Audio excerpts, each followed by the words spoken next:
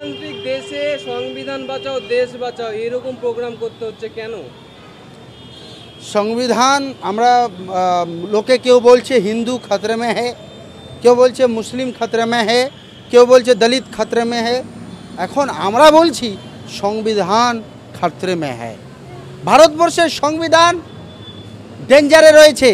যদি ভারতবর্ষের সংবিধানকে না বাঁচানো হয় টোটাল ভারতবর্ষে কোনো জাতি, কোনো ধর্মীয় মানুষ, কোনো ধর্ম বাঁচবে না। যেভাবে কৃষক বিল নিয়ে কৃষকদের উপর, ওয়াকাফ বিল নিয়ে মুসলমানদের উপর, এই করে করে দলিতদের উপর, মিডিয়ার উপর, উকিলদের বিরুদ্ধে আইন, এই সব নিয়ে নরেন্দ্র মোদী সরকার শুধু আদানি আম্বানিদেরকে সব সম্পত্তি ভারতবর্ষে দিতে চলেছে। ভারতবর্ষের সংবিধানকে নরেন্দ্র মোদীর পার্টির লোকেরা বলেছিল আব কি বার 400 পার তো সংবিধান भी পার। তো নরেন্দ্র মোদীর সেই স্বপ্ন বাস্তবায়িত হয়নি। রাহুল গান্ধীজি থামিয়ে দিয়েছেন এবং ভারতবর্ষের অসংখ্য জনতা তাদেরকে ধন্যবাদ, তারা থামিয়ে দিয়েছেন।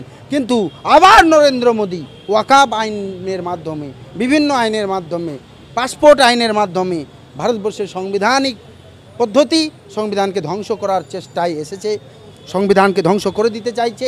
ওই জন্যই আমরা এখন আগে সংবিধান বাঁচাতে হবে। যদি সংবিধান বাঁচে দেশ বাঁচবে, সংবিধান না বাঁচলে দেশ বাঁচবে না। এই জন্যই সংবিধান বাঁচাও দেশ বাঁচাও এই সম্মেলন।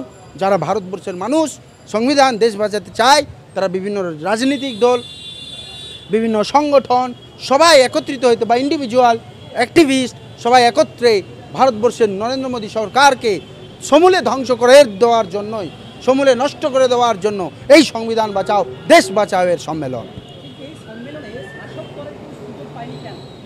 শাসক দল তো সংবিধানকে শেষ করে দিচ্ছে।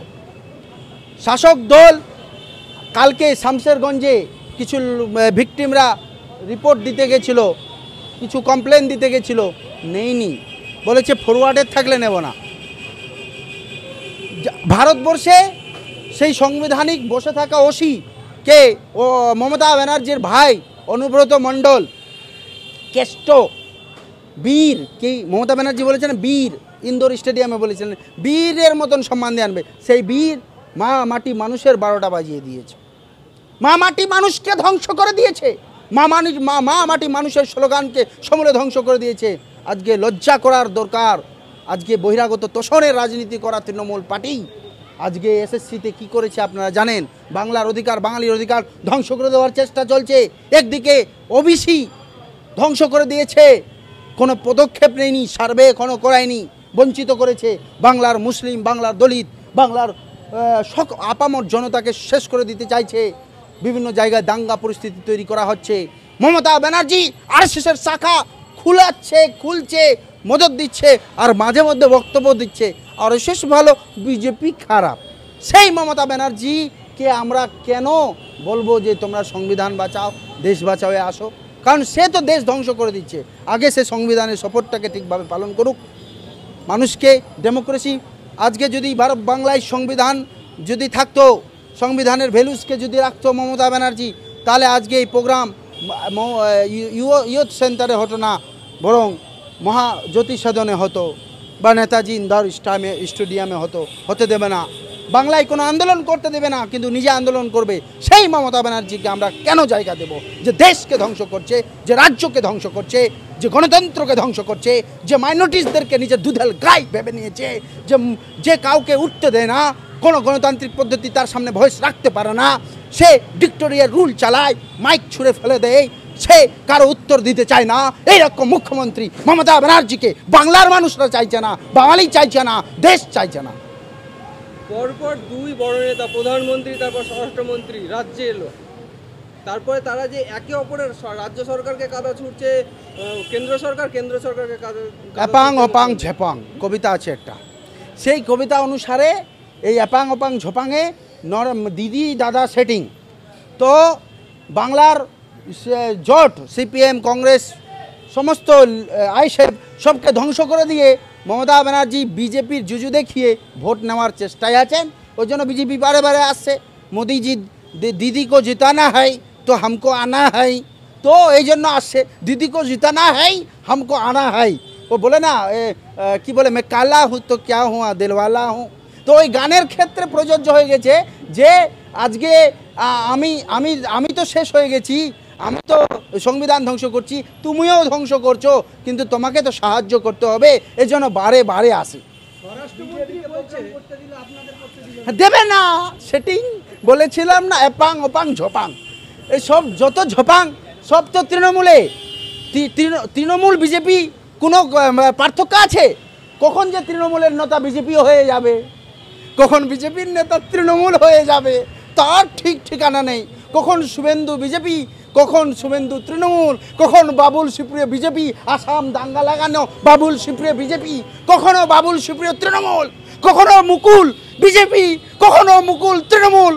কি করব বলুন তো, বুঝতেই পারছি না তৃণমূল কোনটা বিজেপি কোনটা, সবই হয়ে যাচ্ছে এপাং অপাং ঝপাং। তাহলে কাদের হাত থেকে সংবিধানকে বাঁচাতে চাইছে? মোদি মমতা।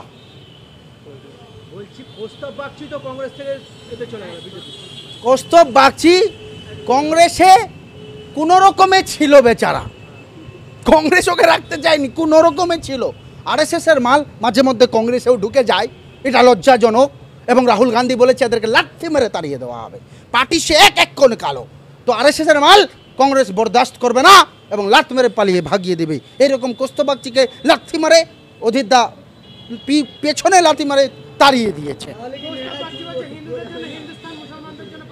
কৌস্তব বাগচির জন্য কোন দেশ? কৌস্তব বাগচির জন্য আফগানিস্তান, আফগানিস্তানে চলে যাবো। বিজেপির নেতা রাস্তাঘাটে কি করছে? শোনো, কৌস্তব বাগচি ভেবে কুল পাচ্ছে না। কৌস্তব বাগচির দাদা শুভেন্দু অধিকারী, তো বেচারা শুভেন্দু অধিকারী বলেছিল তোকে ভাই এমপি করব।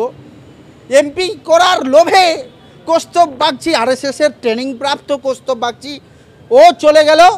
গিয়ে বেচারা কি নাম আমাদের হাইকোর্টের Ganguly, justice Ganguly, honourable justice Ganguly, উনি আসলেন, কৌস্তব বাগচির টিকিট কেটে গেল।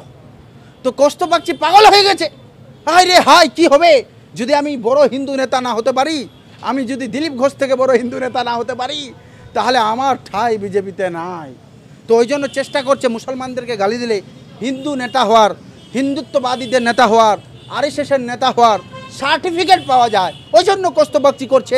কিন্তু প্রশ্ন ওখানে নয়। মমতা ব্যানার্জির পুলিশ যখন কংগ্রেসে কৌস্তব বাগচি ছিল, পুলিশ দৌড়ে গিয়ে কৌস্তব বাগচিকে ধরে অ্যারেস্ট করে ঢুকিয়ে দিল। যখন বিজেপিতে আছে অ্যারেস্ট করছে না, কারণটা কি?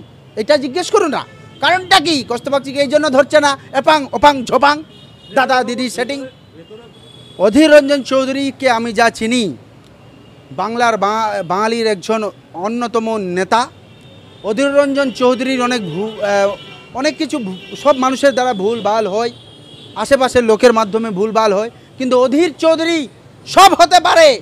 অধীর চৌধুরী যদি বিজেপির লোক হতেন, বিজেপির এজেন্ট হতেন, তো অধীর চৌধুরী কিন্তু বহরমপুরে জিতে যেতেন। উনি বিজেপির এজেন্ট নয় বলেই জিততে পারেননি, কার্তিক মহারাজের সঙ্গে সেটিংটা করতে পারেননি। কেন? উনি আরএসএসের লোক না, উনি গান্ধীবাদী লোক, উনি কংগ্রেসের লোক। আর অধীর চৌধুরীর বুকের পাটা আছে, ও ডুবে যাবে, উনি ডুবে যাবেন, জলের ছাপ দিয়ে দেবেন, কিন্তু বিজেপি জয়েন করবে না, এই বিশ্বাস আমি করি না।